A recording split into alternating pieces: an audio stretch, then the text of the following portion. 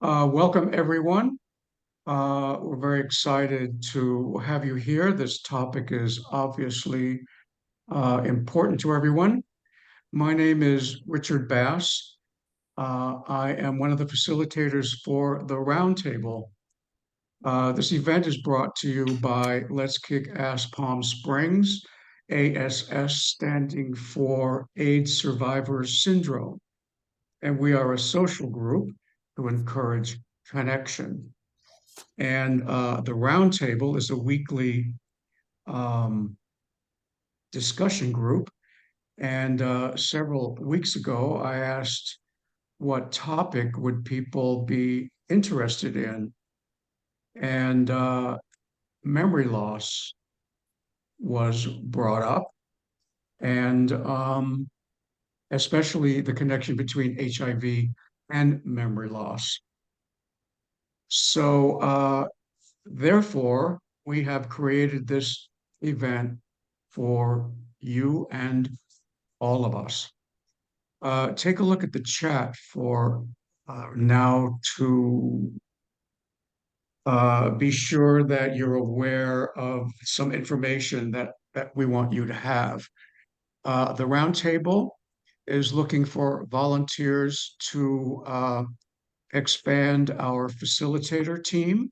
And so if you are interested, I have the email there for you. We'll provide training, and it's a really wonderful experience. I also put in the chat some resources on the topic of memory loss. You've got the LGBT Center, and you know what? I didn't know how, and I guess I could have learned, but I started too late, how to put in a link. But these are the websites. So you have the LGBT Center of the Desert. You've got PALS, Planning Ahead for LGBTQ Seniors. You've got the Alzheimer's Association. You've got the Coachella Valley Alzheimer's Association. And they are excellent resources So, for Richard, support. evidently the information that you put in the chat is not apparent to everyone. Not everyone can see it. So, So I if don't you know if you open can. your chat, you can't see it. Yeah, that's what people are telling me. Like, So, Well, that's very disappointing. you probably need to re-put it in there now that everybody's joined, so it doesn't show up if they joined after you put it in there. Yeah, exactly what AJ said. Okay. So, Casey, you didn't see it as well, no, right? I have not. Okay, well, I'll tell you what, while David is speaking, I will re-enter all of that. Guidelines for today, we have quite a few people. So in order to keep things quiet and organized, we're going to ask you to remain muted. Um, Casey Jones, Casey wave. Yes, Casey is going to be monitoring the chat. We're also going to ask you, please do not put a chat or a message for everyone. We'd like to save the everyone for your questions. Feel free to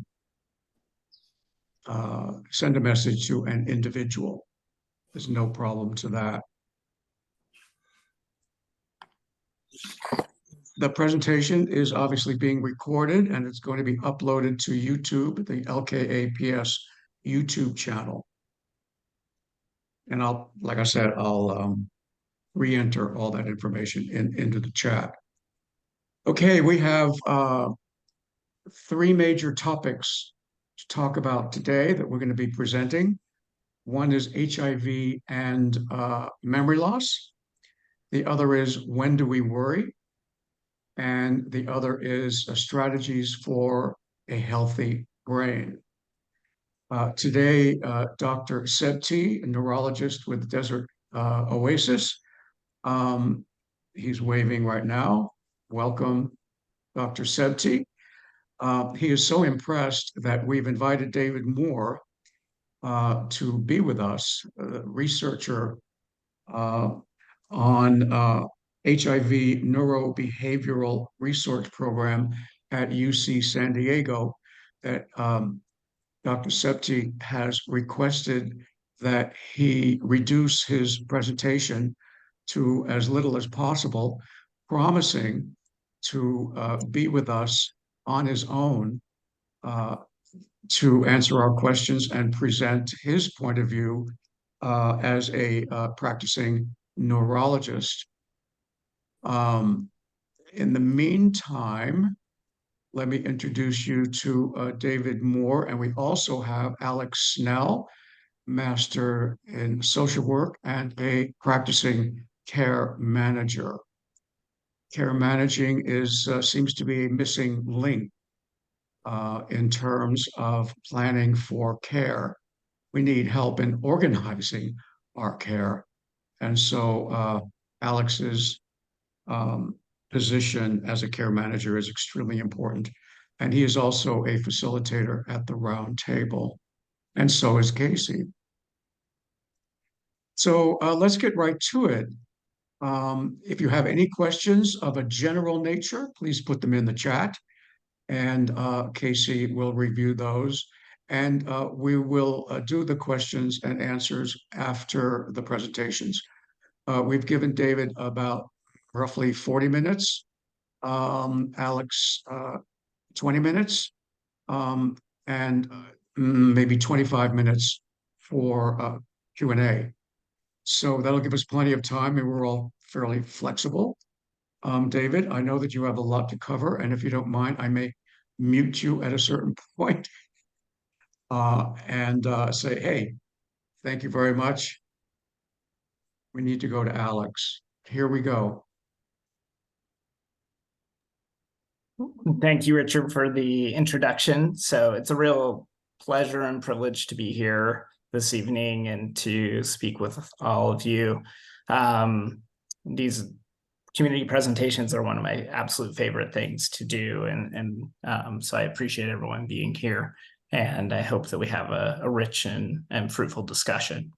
So, my training is as a neuropsychologist, and, our goal is to be able to identify problems and thinking skills amongst people. And for me in particular, I work with people with HIV primarily, and what those thinking skill problems might be in a subset of people with HIV. So I'll go through a bunch of slides. Some of them are just placeholders for me to say a couple things. I'm not intending for you to digest everything on the slide, and others I'll spend a little bit more time going over than others. So I look forward to the discussion afterwards. So with that, these were the goals as Richard outlined them. So what's the relationship between HIV and memory problems? When do I need to worry? And what can I do to prevent or slow cognitive decline? I'll show a little bit on the last bullet, but Alex will cover some of that in more detail. I'm going to start the presentation with somewhat of a shameless plug, but also to let you know that all the data that I'm going to show today are from research participants who gave their time, energy, and efforts to our research at UCSD. And they have made the data that I'm going to show right now possible. So if you're interested in participating, we have Roberto Gallardo with us, who's going to say a few words at the end of my talk. But I wanted to put this, often this gets kind of pushed to the side. And I just want to say thank you to those of you who have participated in our studies previously. And you're welcome to join us if you have not previously participated. So I think everybody on this call knows these data, which basically show that people with HIV are aging, and that some of the largest bolus of people with HIV are people over age 50. And so it's a real important problem to examine people who are aging with HIV and to pay attention to the concerns that they may have. So some of you may be familiar with this terminology, and you may hear something called HAND, sorry, my mouse is being weird. HIV-associated neurocognitive disorders. People will call this HAND, and some of you may have read about it or heard about it. I'm going to try and demystify what it is a little bit, and talk a little bit about how often we see it occurring and what does it mean. So the HIV-associated neurocognitive disorder criteria, again, this is one of those busy slides, but basically it's to break things down into 3 bins, what we call asymptomatic neurocognitive impairment, where the problems, and neurocognitive just means thinking skills, where thinking skills problems are mild, and there's no real problems as a result of those mild thinking skills with your daily functioning. So your ability to carry out your daily tasks. So those would be things like managing finances or managing medications. The next step up is where mild neurocognitive disorder, where our thinking skills problems are mildly impaired, and then there is some impairment for those daily functioning tasks. And the last bin is this far right column, which is called HIV-associated dementia, and that's where thinking skills problems are moderate, and you have moderate problems with daily functioning. So the far right is extremely rare. So I want to say that right away. And so really what we're talking about are people who don't have any problems, people who have some mild problems, and people who have some mild problems that cause problems in their daily life. So, thinking about it in those 3 bins. And then the other thing to think about is that a lot of times people say, well, I have a host of other health problems. How do I know if this is HIV related or not HIV related? And the answer is we don't really know, but we do use criteria to say this probably is mostly HIV related because the other things you have going on are not likely to be related to your thinking skills. That maybe the other things that you have a moderate impact, and in some cases the other things you have going on might have a severe effect, like if you've had a stroke or some major impact on your brain. So we really do try and pay attention to these other co-occurring conditions that are going on. And it is very much a difficult problem to figure out what is causing the cognitive problems that we may be seeing. But we do know that HIV can cause some of the thinking skills problems.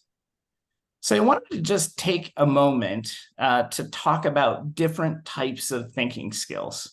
And I think this is a really important thing. And there's these fancy names for things, but I'm going to try and make it a little bit more simple. I think when most patients come into, say, a neurology clinic, SE sees a patient and they have some problem or have some perception of problem with their thinking skills, almost everybody labels those thinking skills problems as problems with their memory. And I know that that was my call and task tonight, is to cover memory, but really there are other types of thinking skills that we should think about too. So learning, so that's if I give you repeated information and ask you to study it and then tell it back to me, and then ask you to read it and understand it again, and then tell it back to me. That's a process of learning information. Remembering or memory or delayed recall is after some time period, I ask you to tell that information back to me after you've been engaged in something else. And that's what most people think about is problems with memory. But there are other things that can go on too. Speeded information processing. This is just really how fast is your brain computer? How quickly can you get to things? There's attention, how well can you stay on task or focused? We have visual spatial or visual constructive things. Some of you may have had cognitive assessments where they ask you to draw clocks. So that would be visual constructive abilities. Sometimes they'll ask you to work with these little blocks or things like that. Those are different type of skills. We have verbal functioning, things like our vocabulary, our ability to define certain words. We have abstraction executive functioning. So this is things like problem solving, figuring out how to do a new task or problem solve. And then we have motor abilities, just using our hands, our gait, maybe there's tremor. And then we have sensory perceptual functioning, which can definitely have an impact too. How's our vision doing? How's our hearing doing? Other things like that. So we try and cover, when we do these assessments, a really broad range of thinking skills, not just memory. And I think that's important to think about. So here this is a test that I made up. It's not validated, it's not real, but I'm just gonna click through it. So it might be something where I say, I'm gonna read you a list of words and I'm gonna say them out loud one at a time. I'm gonna show them on the screen. And after I said each word, then I'll ask you to tell them back to me. So I just want to give you a sense of what we're talking about. So I say blender, rose, fender, pansy, brake, toaster, daisy, tire, refrigerator, iris, microwave, hood.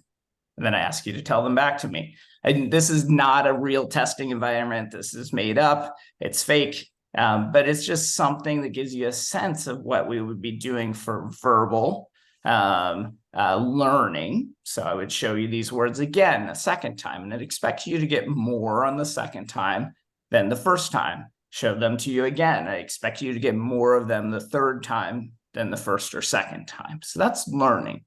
And then we'll do a whole bunch of other things, and we'll come back and I'll say, oh, how many words do you remember from that list? That's the memory part. That's the delayed recall part.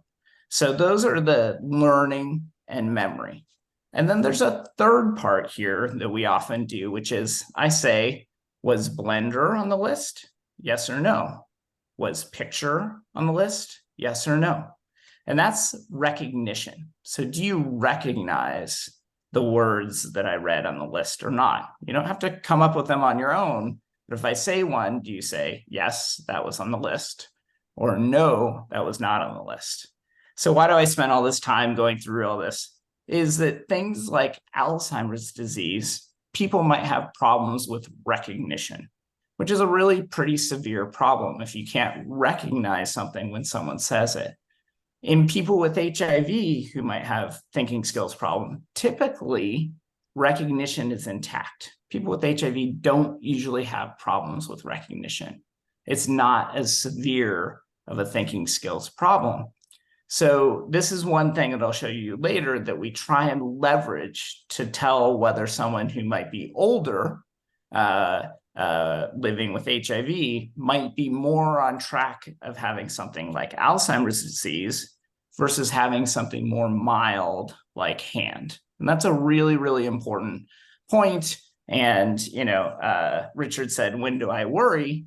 Well, you worry in part when you start not being able to recognize things. That's different than saying, I can't quite remember, what I said to so-and-so at the coffee shop yesterday. Like, what were we talking about? I don't quite remember. Or a few weeks ago, what was the name of that restaurant we went to? I can't quite remember the name of that restaurant. A lot of those things are normal aging, okay? So, and there is some loss of those things over time. So it's really important to think about these different abilities. So here's our summary paper that talks about hand. Excuse me. And this summary paper basically says that amongst people with HIV, the range is that about 30 to 50% of people with HIV will have some cognitive impairment. Now, remember, we're talking mostly mild, and here's the breakdown of the people. About 26% of these people, this 44% have ANI, that's mild thinking skills problems, no problems in their daily life. About 8% have the MND, mild thinking skills problems with problems in their daily life, and only 2% would have that last category of HIV-associated dementia. So that's really, really rare, okay? So the other part of this is to think of the flip side, which is that there's 56% of people who don't have any cognitive problems, And some of those people, which I'm not focusing on this today, we've deemed cognitive superagers. So they're doing well above what would be expected for people who are of their age. So that's kind of the breakdown. And, the other thing is I talked about those co-occurring conditions. And one co-occurring condition that we think about a lot is depression or depressive symptoms. And we've shown with some work by one of my graduate students on the left here, that if you've had mild depressive symptoms throughout your life, as those accumulate, then your scores, the y-axis, this axis is about your thinking skills, but thinking skills tend to decline more significantly over time if you've had either mild or moderate to severe depressive symptoms over your life. Does it mean for sure you'll have that? No, it just does mean that if you have a co-occurring depressive disorder or depressive symptoms, there is more likely to show thinking skills decline. Okay? Dr. Moore, yes. Are you okay if we interrupt you for questions as Sure. we go? Okay, Sure. great. So we have a question, and that is, if you are positive and undetectable, does that impact the development of HAND? Very, very good question. So, at least my reading of the literature, people will disagree on this. So first of all, but I would say the majority of people would say that most of the thinking skills problems that happen in HIV are likely due to an early hit of your body fighting off the virus and the inflammation that occurs when you first get the virus, and that there's quote unquote a hit to your brain, and that hit then, even when you may suppress the virus, may stay, and that even though the virus is undetectable, that there's probably some what we call chronic low-level inflammation that's going on to constantly suppress that virus, even in the context of medicine. And that chronic low-level inflammation probably is not great for brain health. And so that may further contribute, again, mostly in a mild way, to thinking skills problems. So certainly what we've seen is that in the early days of the pandemic with HIV, that people who were untreated had much more significant thinking skills problems. And so a unsuppressed virus is certainly worse for your thinking skills than a suppressed virus. Does that answer the question, Casey? I hope so. Okay. There we go. Sorry. I believe so. Okay. Unless you have a follow-up to that or response. Oh, okay, great. So we've got another question, if you don't mind. Sure. To what degree does HIV escalate or the onset with the onset of cognitive issues? So that I'm going to cover as we move forward. Okay. So, and the follow-up to that, of course, which I'm guessing you're going to cover, is the speed of the onset as well. Sure. Yeah, okay. I can cover that as well. I don't have a slide on that, but remind me if I don't cover that. Okay, very good. So I think I'm going to move on, but just to say here that co-occurring conditions, and I've chosen depression here as one, can have an impact on thinking skills. And then, this is a study where our group had 6 sites across the United States. It's called the Charter Study. And what they found is they assessed people at baseline, and they brought them back in 12 years later. And they found a subgroup of people, about 24%, who showed a decline over time. The majority of people, 70% of those evaluated before, stayed stable, and 6% got better. Okay, so again, there are thinking skills problems, but the majority of people who have those thinking skills problems, and some people had none and stayed stable at that, stay stable at what their baseline status was. So that's important too. And then some people will, there's a somewhat of a controversy in our field where people say, well, ANI is just, a thing that it's a testing phenomenon, that if you tested it anybody, they'd end up with these mild problems. And the reality is that if you just took a person walking across the street who doesn't necessarily have any known health conditions, about 16% of those people would meet this criteria for ANI.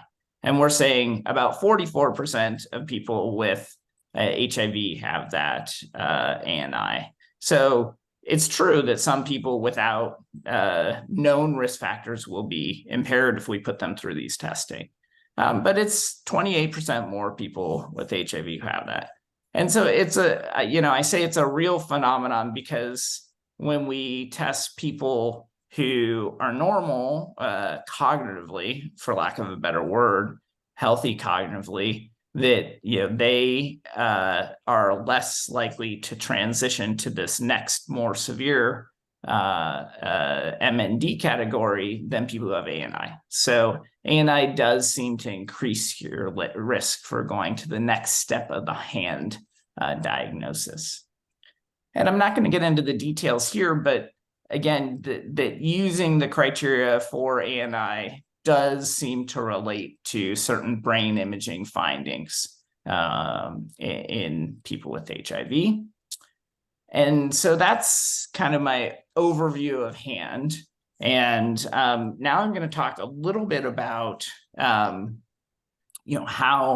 might HIV and Alzheimer's disease, or its precursor, which is often called amnestic mild cognitive impairment, what's the interplay or the overlap between those two things, right? Question. Mm-hmm. Yes. So Dr. Moore, before we kind of leave that segment and move on to the Sure. next, I have a question.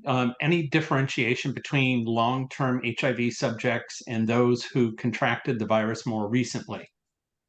Also a very good question. I would say that people who are more recently living with HIV likely, again, there's no real way because we can't do a head-to-head comparison, likely will have a better course in terms of their thinking skills, at least the effects of HIV on their thinking skills. And the reason is that people have opportunities to get treatments that suppress the virus really well. And we talked about that already, that being not suppressed is much more likely to cause problems with thinking skills than being suppressed. So people are going to get suppressed more quickly. Also, some of the treatments that people were on for a long time maybe weren't good for the brain, maybe had some toxicities, and people often have been on numerous different medications with varying degrees of success in terms of suppressing HIV. So I would say people have a better likelihood of having positive brain health outcomes if they were recently diagnosed and treated as compared to people who maybe were diagnosed and treated or started with whatever treatments they could get throughout their life, who've been maybe chronically infected for 30 years or something like that. Go ahead. Thank you. In the interest of time, I'm going to move on. By the way, go ahead. Your shared screen. Oh, there we go. You put the shared screen back on. Okay. I took it off. I like to be able to see the group when I'm answering questions. Great. So, thank you. So people worry, oh, I'm living with HIV. Am I at increased risk for Alzheimer's disease? And it's a concern that we hear a lot. And the question is maybe, but probably not, at least at this point. But one thing that is true is there's a subgroup of people who are living with HIV who are likely to get Alzheimer's disease regardless of their HIV status. And how do we identify those people so that we can think about treatments for that subgroup that may be more significantly or on a course for their thinking skills that's more severe. And so that's what we asked in this study here. So we're saying, okay, here's these people with hand, and there's these people who don't have any cognitive problems. We're not that worried about them. How many of these people who we're saying have hand really might be more on an Alzheimer's disease trajectory? And these are, some fancy pictures of what Alzheimer's disease does to the brain. This is tau, which are the tangles that people get. These are plaques that people get, which is related to amyloid beta. I'm not going to go into too much detail here, other than to say that these things that we find in the brains of people with Alzheimer's disease, for the most part, we do find a little bit more of these plaques in people with HIV after they've passed away than we do as compared to people without HIV.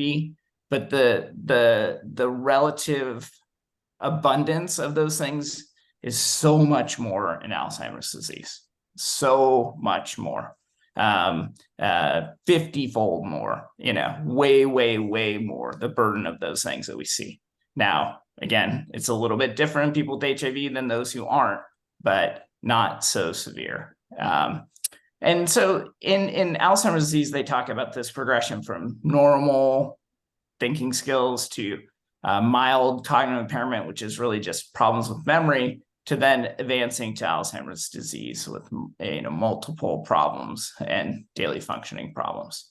And here's a graph of what it looks like in Alzheimer's disease. And really the kicking off point for most people for being at risk for Alzheimer's disease is age 65. And then it really it accelerates quite rapidly, such that if those of us are, if we're lucky enough to make it out to these, parts of our lifespan, a lot of people are going to end up having Alzheimer's disease. And I know that's not an exciting message, but that's the reality. And so, people are at risk. So the question is, is there any additional risk if I'm living with HIV as compared to people who are not? And, there has been some data that says, well, maybe there's more biologic risk in people with HIV, such that they maybe look more like they're 70 when they're 65 than their age. So their chronologic age doesn't necessarily match their biologic age. And so there's some data based on something called epigenetics that suggests that maybe people with HIV are a little bit biologically older based on having HIV than somebody who did not. So that's one possibility for putting people at increased risk. But otherwise, there's not really any known etiologies that I'm aware of that would say, hey, look, that people are at more risk. Dr. Moore, how much does heredity play in AD? Huge role. Okay. A very, very big role. So there's the ApoE gene and allele. We know that Alzheimer's disease does run in families. So there is a risk, and not everybody has the ability to know their family history, and diagnosis has gotten better now. But certainly there is a familial component to that. So here, we were trying to figure out ways to kind of pull apart people who might be more at risk for Alzheimer's disease from hand. And here's our made up schematic that says, okay, here's someone who's aging, and again, there is cognitive loss associated with just normal aging. Someone who may have hand, who's been diagnosed, who may be mostly stable. Again, most people are 70% of the people we evaluate in that study is either like this or in here. So the great majority, and those that decline are not declining at this steep of a trajectory like Alzheimer's disease. So can we tease these things apart? Here's things that are kind of risk factors for both hand and Alzheimer's disease. And we're trying to, pull apart those two things. And that's this grant here that we did. And here's a little schematic saying, okay, we have people with hand and they're stable. We have biomarkers of inflammation that we look at. Can we pull out these people and say, oh, look, they're declining and they have more of these Alzheimer's disease biomarkers. So they don't really have hand. They have a precursor to Alzheimer's disease. Can we do that? Can we pull out those people? And again, I talked about earlier when we did that fake learning and memory test, that recognition problems. So if I say, was this word on the list? Yes or no? That forced choice, people who have, problems with their memory that's severe on its way towards Alzheimer's disease will often have problems with that. Whereas, again, people with HIV, really rare. So we tried to leverage this difference to say, hey, if you've got these problems, we're worried maybe that you're on the Alzheimer's trajectory rather than the hand trajectory. And so, again, this is just a fancy way of saying we adapted these criteria and looked for this recognition problem to be able to say.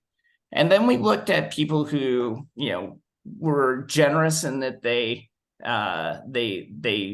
donated their tissues to science, their brain tissues to science. So they were assessed in life about their thinking skills, and then donated their brain to science afterwards. And we were able to look at these people. We said, okay, we're going to use this criteria that leverages recognition. And we said, oh, these people are at high risk for Alzheimer's disease, and these people are at lower risk.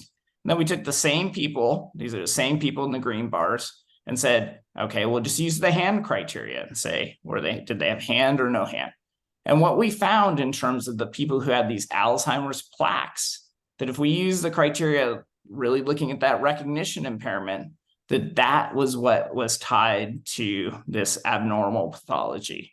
So it seemed like our pull-out strategy, our ability to focus in on people who had those recognition problems, really linked people more to Alzheimer's disease than hand. And so this is again showing that really we don't see that much difference in this Alzheimer's pathology between those who have hand and don't have hand. But if we focus in on those things that are more thinking skills problems like Alzheimer's disease, we could see those differences.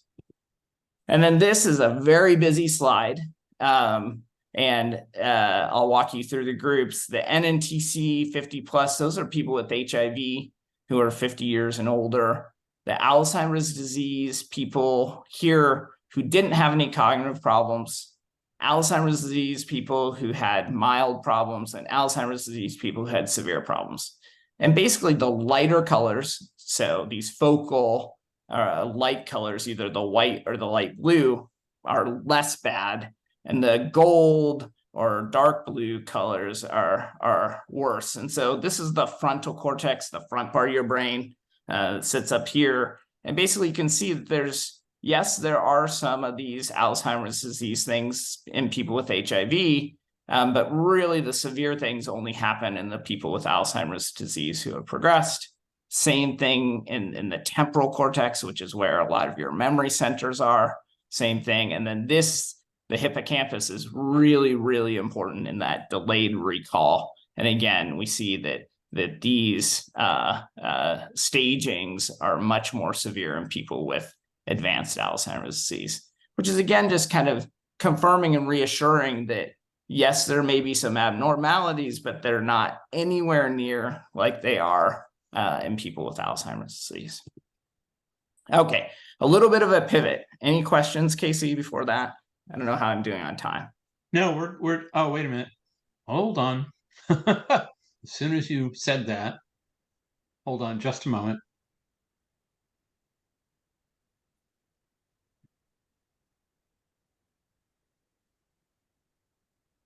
Okay, so we have a participant who said his relatives, grandmother, aunts, uncles had Alzheimer's, but his father was sharp and mean as at age 93. So what are the chances of the father-son with HIV getting Alzheimer's, is that still increased? It's probably based on a series of genetic markers, and whether you got the ones from your dad or you got the ones from, maybe grandma or grandpa. So that's a really tough question to answer. And it's good that your dad was sharp. It's not good that your dad was mean.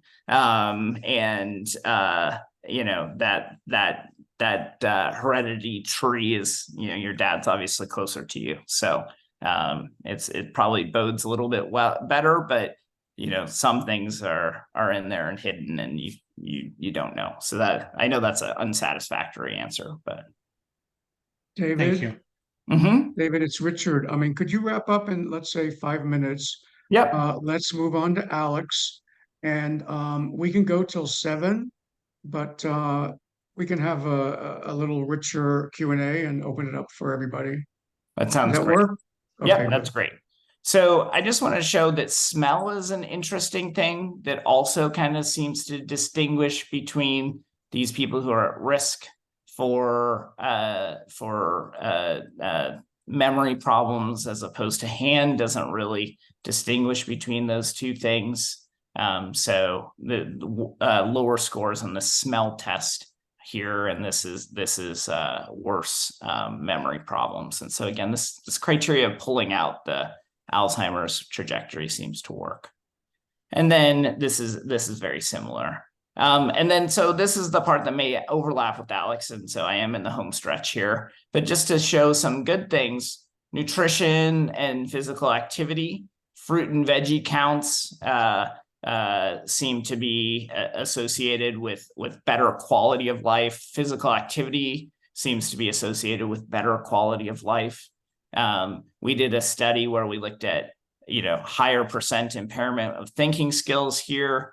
Exercisers had a lower impairment rate than the non-exercisers in people with HIV. We have an intervention study that we've been doing using text messaging to try and promote physical activity.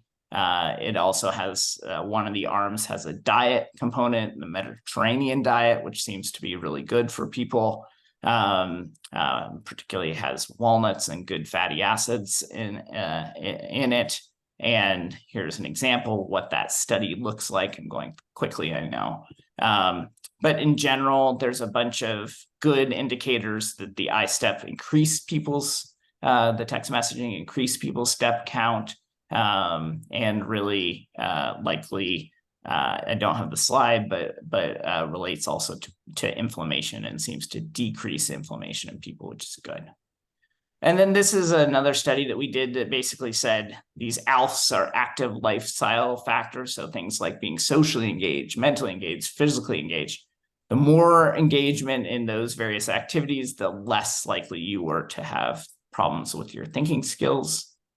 And lastly, I'm going to talk a little bit about our NeuroHIV tissue network. Again, some of the studies we've been doing, we assess people in life and they agree to donate their tissues to research after death. That is a study that I lead. It's been going on since 1998, and is really critical to understanding some of these mechanisms that we're talking about, trying to understand differences between problems in the brain associated with HIV and Alzheimer's disease. And just, that's our objective: assess people in life, gather tissues after death, and to understanding our people with HIV. And I understand a study like this is not for everyone, but it is an important study, and some people might be interested. And tons of people have helped me. They're not all listed here. A lot of funding from the NIH and other institutes, like the California HIV/AIDS Research Program, lots of collaborators and trainees that help me. And I'm going to put back up this slide, and if I could yield 1 minute to Robert, would that be okay now? Yeah, perfect. So I'm Roberto Gallardo. I work with Dr. Moore. I work at the HNRP, which is the HIV Neurobehavioral Research Program, as it says in the footer. in collaboration with also the CMCR, which is the Center for Medicinal Cannabis Research. But that big number right in the middle, the 619-543-5000, is the number that you would call if you are interested in learning more about what studies are available. There are several studies currently active where we're actively looking for participants. CNTN is one of them. I know that a lot of the people present are from Palm Springs, but don't let that be a deterrent for you to participate. We could we will do a phone screen and see what is available and what may be of interest to you in participating.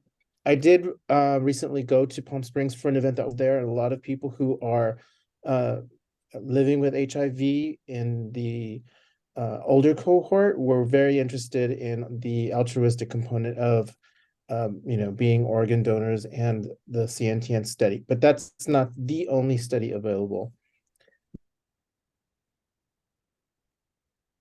My person is similar, but it ends with 22, and you are more than welcome to leave that, use that number as well.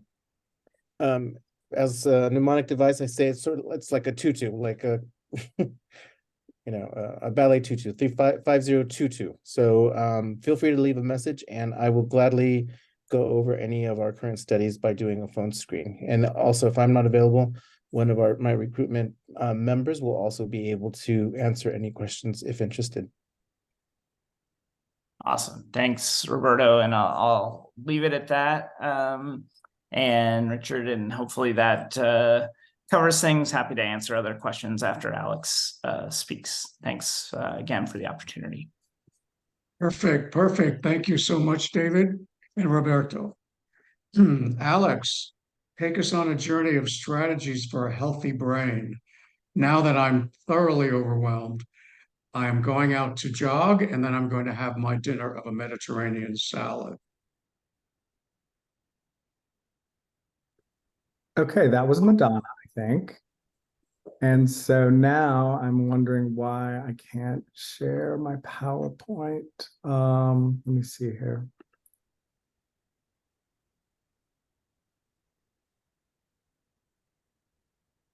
Oh, frustrating. This did work earlier.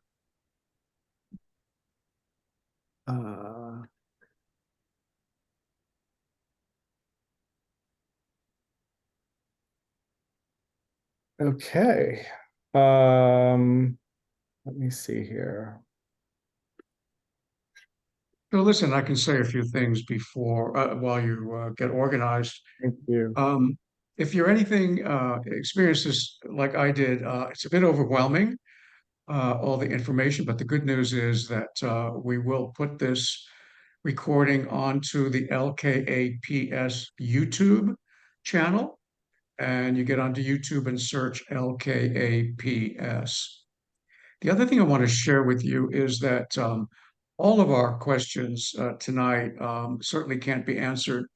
And I'm very focused with PALS for all of us to plan ahead before any kind of a health issue. And certainly memory loss is one of them. So this is just the beginning for us to have conversations with each other, our friends, loved ones, family, so that we are prepared, because it's hard enough to have a health issue, and worse, not to be prepared.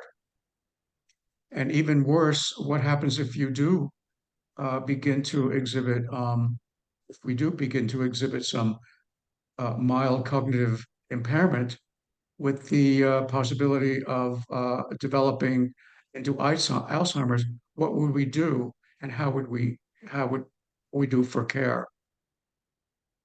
And a lot of PALS seminars, a lot of people are very interested in medical aid in dying. So the whole concept of end of life and California End of Life Option Act becomes very relevant as we get older. So plan ahead now. Alex, I see we have a share screen. One more thing, Roberto, if you would, if you would kindly put that contact information in the chat. We had a request for it. that the end of what Absolutely. you were presenting, that would be helpful. Thank you. Sorry. Thank you, Absolutely. Richard. Thank you, Casey. I assume that everyone can print the chat, right? Before you leave the meeting? You have the capability to save it. Yeah. Okay, Alex? thank you for Yeah. that public service announcement, Richard. That's very important information. And my name is Alex. I'm one of the facilitators of the Roundtable. It is very exciting to have all of you joining us for this conversation. I became a social worker as a second career about 7 years ago, and my focus has been on HIV and aging. From a social work perspective, that just means all of the different factors that affect the quality of life as we age with HIV. And I also have a particular interest in dementia and memory issues. I'm using the term dementia broadly to encompass all of the different specific diseases that affect, like Dr. Moore said, memory, but also functioning. So, the good news is that there are, as Dr. Moore pointed out at the end of his presentation, things that we can do, behaviors we can adopt, habits that we can develop that will help us keep our mind active and preserve our memory and functioning. Can't necessarily, overcome the genetic and biological factors, but we can certainly have an impact. So just a couple things, points I want to make before I get into the details.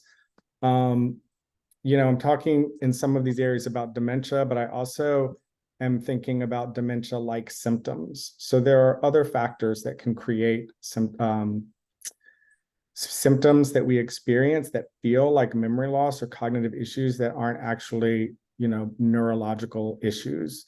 So I think it's important for us to be aware of those so that we can address those issues. And in some ways, if we don't have those issues addressed, it becomes very difficult to determine whether or not we have a neurological problem. Second of all, it's never too late. It is never too late to start adopting some of these habits and behaviors. And so, there's no time where you might feel like, okay, I give up. This is inevitable and I don't know what to do. As I said, it's never too late. The second of all, I am not a doctor. I'm a social worker. Like I said, the information that's coming up here is based on my experience as a care manager, talking with many different types of healthcare professionals, and my own experience. Everyone is unique. Everyone has different medical conditions and combinations of medical conditions, different medications that they're on. Any suggestions about exercise or diet, they all need to be reviewed with your doctor to make sure that they are safe and appropriate for you. I want to acknowledge that changing behaviors and habits is hard. I certainly hope that no one thinks that I do all of these things that I'm going to talk about, because I do not. And, they say that developing a new habit can take 90 days. It requires a lot of consistency and focus, commitment. And it's really important to start with small steps. The New Year's resolution syndrome, where we're going to totally change our life in the coming year, and we dive into the gym or we dive into an entirely different diet, that tends to burn us out. So my challenge for you, or my suggestion for you, is that as you're looking through some of these things, pick one small thing and I mean one of all of the different behaviors, not one in each, that you might feel like would be doable for you, and just give it a try and stick with it. Finally, in terms of stigma, as people with HIV, we experience a lot of stigma. People who are older in our society experience a lot of stigma. There's a lot of shame around HIV. And I think part of the empowerment of our movement is, fighting that shame and letting go of that shame. And I think that there's a similar amount of stigma and shame associated with among people who have memory issues and who have cognitive impairment. And that leads, as we know, shame leads to isolation. And, it's not a crime to have dementia. Our society doesn't really support people with memory issues and cognitive impairment. We don't have, a lot of our environments are not adapted so that they can be used by people with impairment. So, I just like to say that, like, dementia is a condition of the mind. And even though we might lose a lot of a person as their disease progresses, they still have their soul. They're still there. So we need to respect that essential humanness of people with dementia. So I'm going to pivot this presentation off of a study or report that was done in the medical journal, The Lancet, about preventable risk factors for dementia and memory issues. There are 12 of them that they came up with. So based on the research, these are areas where addressing these areas can have a material impact on the health of your brain and the probability of dementia. I'm going to go through a few of these, and then I'm going to dive in to some of them.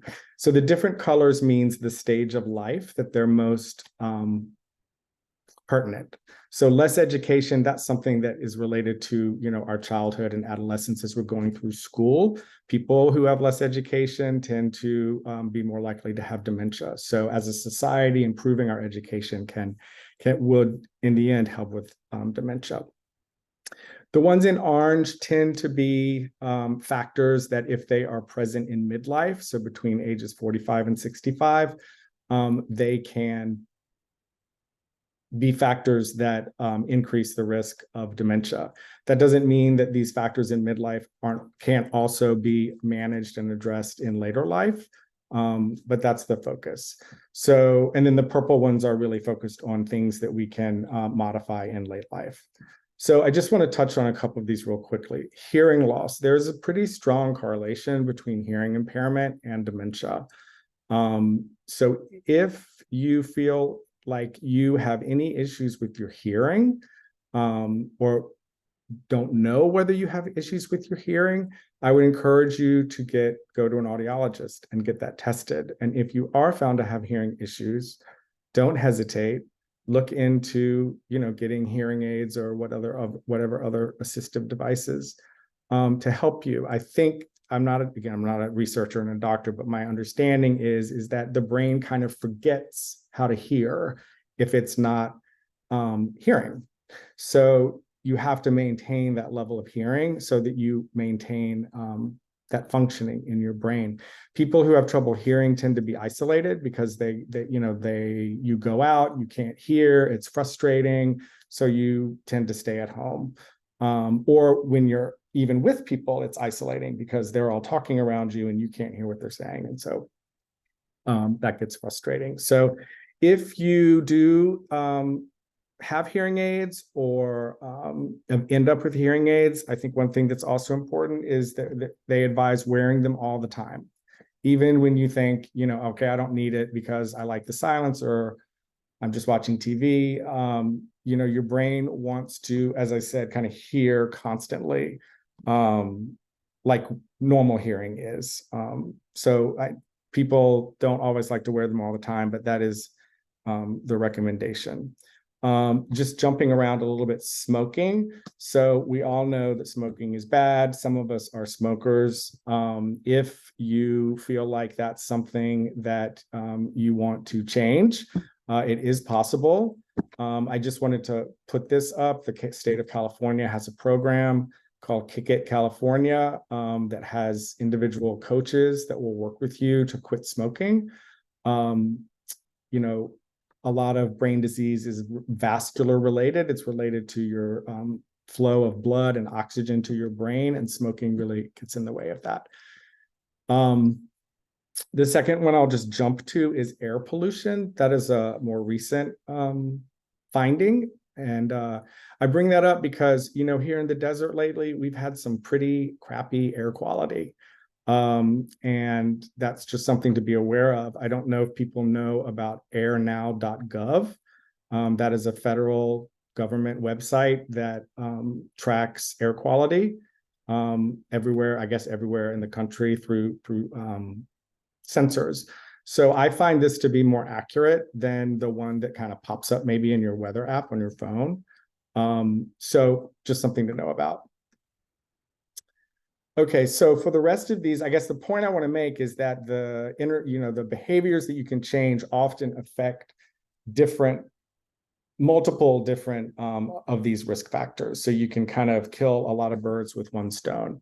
So in terms of healthy habits, the ones that I want to touch on today, and I probably won't have time to touch on all of these. Excuse me, like Dr. Moore said, socialization is so important. According to the CDC, social isolation increases your risk of dementia by 50%. The most important thing that we can do for our health is to be social. That's why organizations like Let's Kick Ass are so vital, because we do provide opportunities to socialize. There are many other ways that we can socialize in our community. There are a lot of barriers to socializing. Physical disability can be one. Our phones tend to isolate us.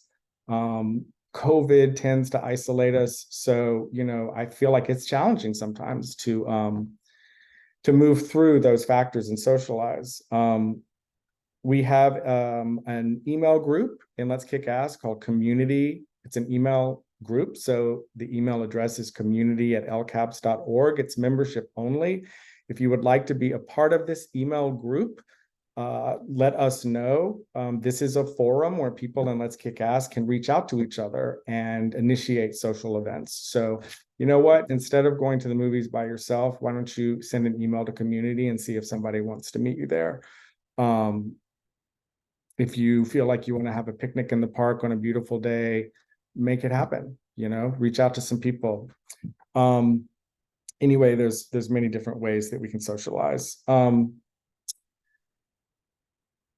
So get physically active. Dr. Moore talked about that.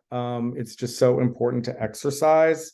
Exercise can target obesity, diabetes, depression, high blood pressure, so many of those risk factors for increased dementia. Exercise can be a social activity. If you can find someone that you exercise with, a walking buddy or somebody that you go to the gym with. The recommendation is, I think, 150 minutes of exercise a week.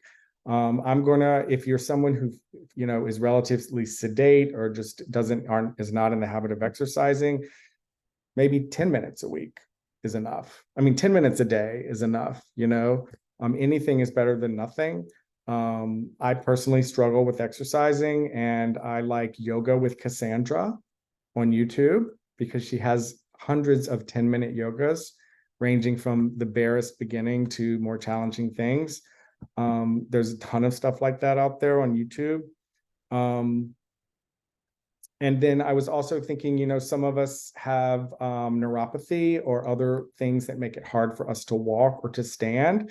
So again, YouTube, you can find chair exercises or other exercises or exercise routines that don't require standing and your legs, if that's something that's difficult for you. I am not specifically recommending this. I just found this like 2 hours ago. This is just an example of what you might find.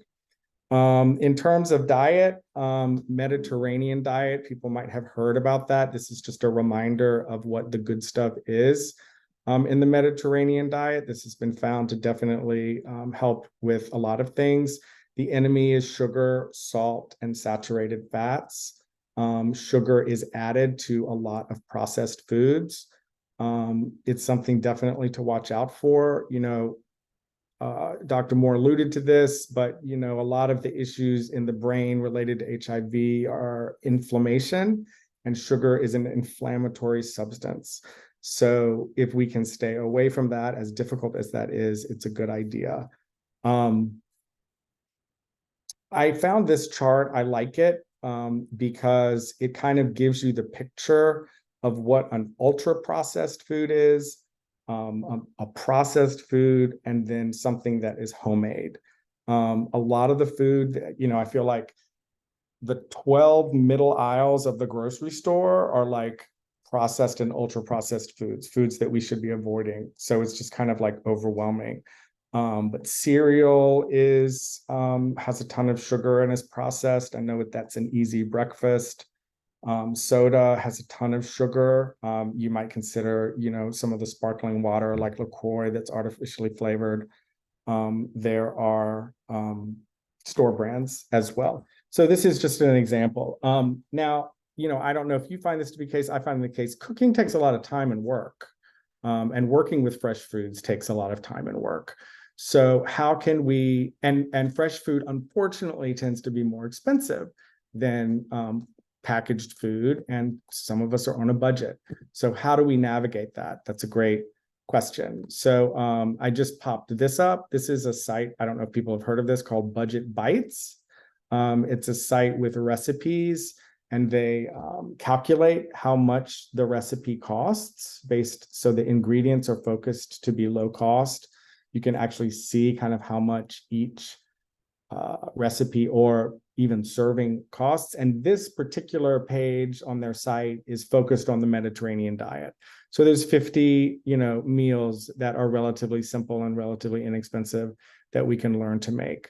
The other thing about cooking, if you do have the time, is that, they say that one way to keep your brain active is to learn a new skill. Well, cooking is a complicated endeavor. So that just the fact of cooking is helping you keep your brain active. So one of the things on that list was traumatic brain injury. And I don't think that many of us are playing football. The risk that we face of traumatic brain injury is having a fall. Falls are just the reality as we get older. I think it might be one of the hardest things for people to accept, because the devices and techniques that are useful to prevent falls are associated with being old. And so people don't like to use canes. They don't like to use walkers. They don't like to put grab bars in their shower and in their toilet. There's just this association with, wow, I'm old.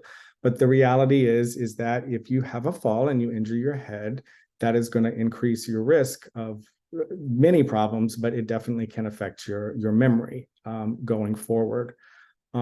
So these are some recommendations to explore in terms of how do you prevent falls. I love this story. I was down in Fort Lauderdale visiting a friend, and we went out to the place to be on a Sunday afternoon, kind of like the barracks, except for not as sleazy. And there was a man with a walker on the dance floor having the time of his life. And I just think that's so inspiring. He is owning what his needs are, and he's not going to let it stop him from safely enjoying the activities that he enjoys. And he's out at a bar, he's being social. So that's really important. Sleep also is important to our overall health. I'm not sure if there's a direct connection between sleep issues and memory, long-term memory issues or dementia. But this is one of those things I think that can mimic dementia-like symptoms. So and please, one of the doctors correct me if I'm wrong, but if you have chronic sleep issues, it can create problems that might feel like dementia. So it's something to focus on if you feel like you're having problems sleeping. So this is some pretty standard recommendations that you may have heard that makes falling asleep and staying asleep easier. All of these are better for you than medication. So I'm going to get into the medication in a little bit if I have time, but my favorite is don't look at the clock. My clock is against the wall in the dark so that I don't look at it if I wake up in the middle of the night. Okay, so be mindful. We hear a lot about mindfulness. I feel like it has a little woo-woo, I have to sit on the floor, on my cross-legged with music playing and my eyes closed and meditating or trying to be mindful. What clicked for me about mindfulness is the idea that it simply means paying attention to what you're doing, paying close attention to what you're doing and trying to shut out everything else. So that voice in your head, it will quiet down, right? If you're just really paying attention on every detail of what you're doing. And that attention helps your brain, right? In terms of just the functionality, the general functioning of the brain. And part also of being mindful and paying attention is avoiding distraction. We have a lot of distraction in our society where there's a lot of multitasking. We don't just watch Netflix, we watch Netflix and type at people on Facebook. That kind of stuff is a big challenge for the brain. So trying to limit those distractions is a good idea. So finally, I just wanted to talk about kind of what I alluded to earlier with the dementia type symptoms. This is not based on anything except for my own ideas and experience. So please correct me if I'm wrong. But these are things that can mimic experiences that might lead one to think that they're having memory issues or cognitive problems. Untreated anxiety can really feel like dementia. And I say that from personal experience. I definitely had issues with memory, concentration, executive functioning, like Dr. Moore talked about, planning and organizing things. And when my anxiety and ADHD was treated, that all went away. So I have mother, aunt, grandmother with dementia in my family. I feel like it's a foregone conclusion. So I was very relieved when treating the anxiety helped with those symptoms. There have been studies that have shown that marijuana use, and I can't quantify that, but marijuana use can cause issues with working memory and executive functioning. Now, I know a lot of us use marijuana for sleep, for pain relief, for other things. It's a wonderful drug. I just am putting that out there because it could be a factor if you feel like you're experiencing any sort of memory issues or confusion. At the Positively Aging Project conference back in September, there was a magnificent nurse who specializes in medical marijuana and the two components of marijuana, CBD and THC. Working with a professional like that can help make sure that what you're taking is targeting the symptoms that you're trying to address in as safe a way as possible. Finally, there are medications that can have common medications that can have effect on brain health long-term. Just quickly, benzodiazepines, these are drugs like Ativan, Valium, Klonopin, Xanax. These medications are worth kind of reassessing with a doctor to see if there might be alternatives because they, again, do have negative effects they can have negative effects on the brain, and they also can make, they're associated with higher number of falls. They increase your fall risk. Same with sedatives, Ambien, Sonata, Lunesta, medications like that. If we can avoid those, that will support our brain health. Anticholinergics are drugs like Benadryl, Nyquil PM, anything with a PM in it, some muscle relaxers, other medications like that. And then antipsychotics such as Seroquel, Abilify, Haldol, Depakote. So I'm not saying that, again, I'm not a doctor, so I can't say, that those drugs might not be appropriate for you. But it's something, if you're really concerned about your brain or your memory, that you could explore.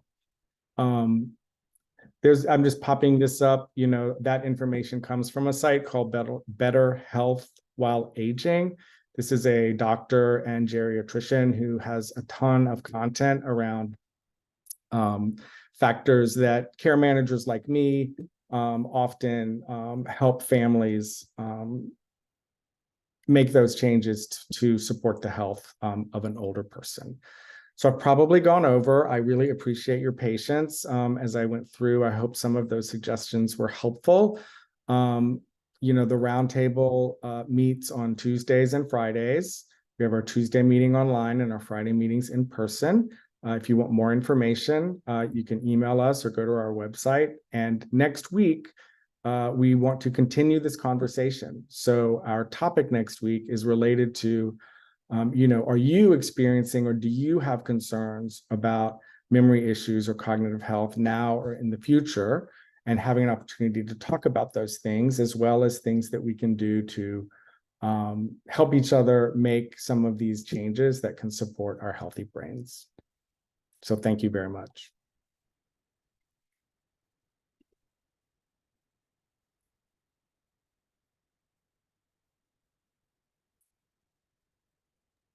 Richard, you're muted. Thank you, Alex. I was following my own directions. I want to put another resource, and that's the HARP program. It stands for HIV and AIDS Research Project.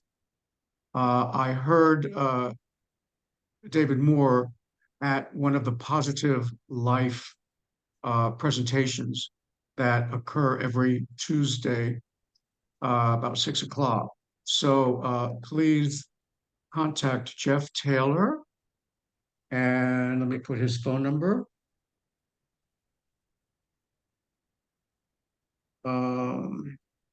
Where is it?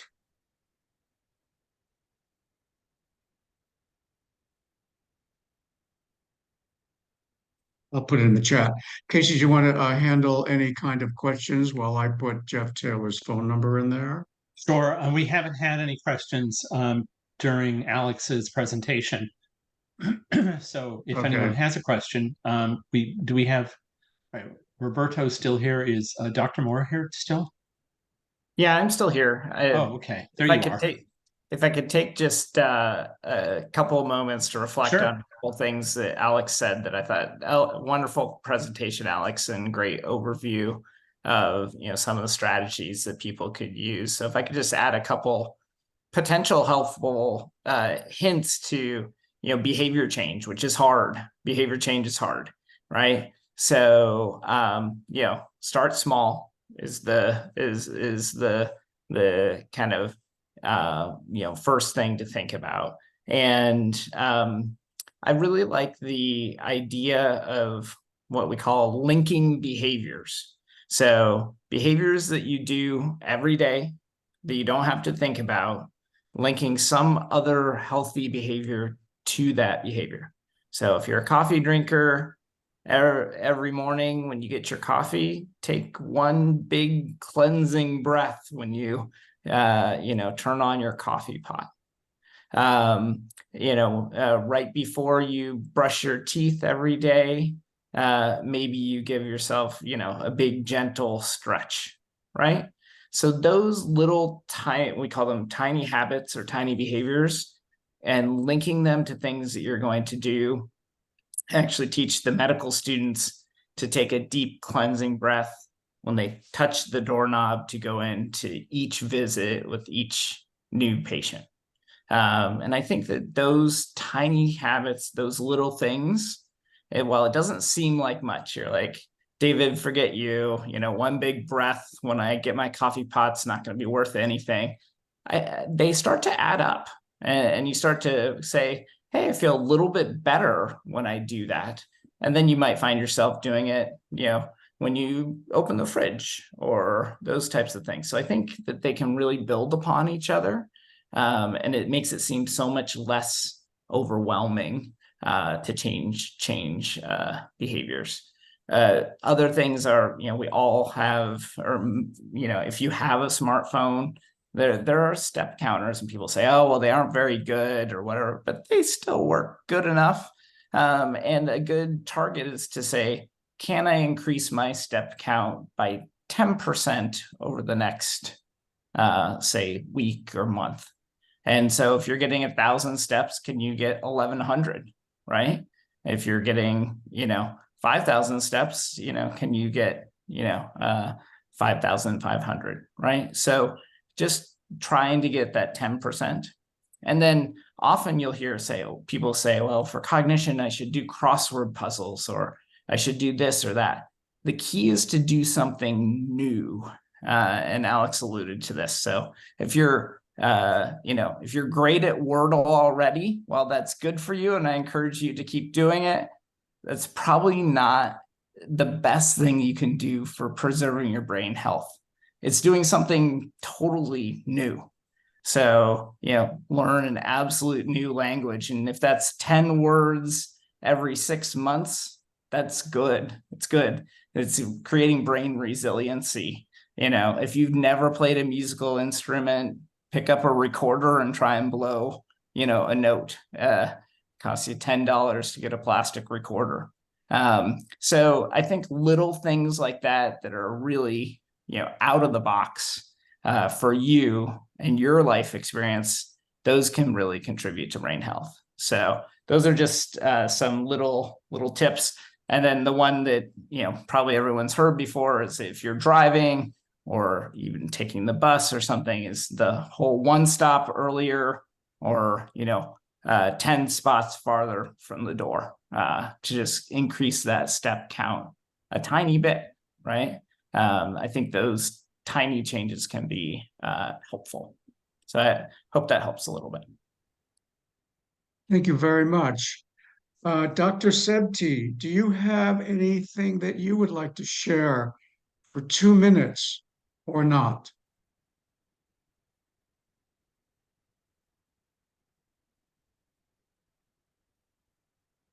Actually, I'm not seeing any of the faces here. Let me put everyone on.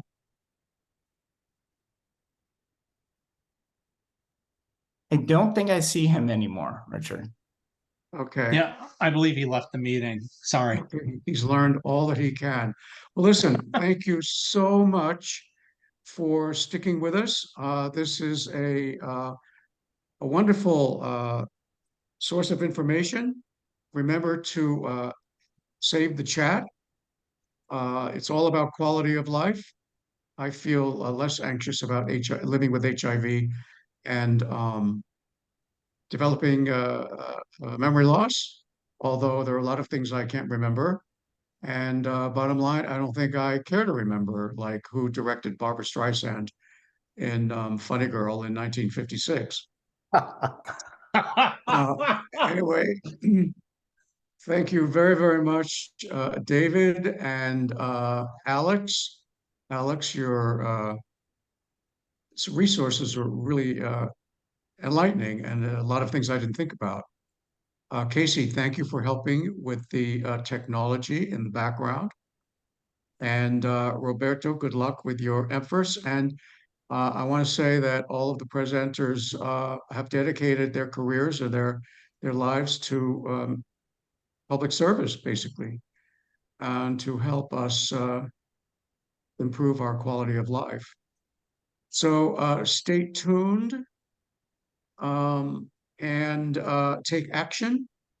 And hopefully we'll see you at a roundtable or an LKA a social event. Thank you all very, very much and have a All good right. evening. Thank you, Mary Thank and you. gentlemen. We appreciate you participating. Good night, everyone. Thank you.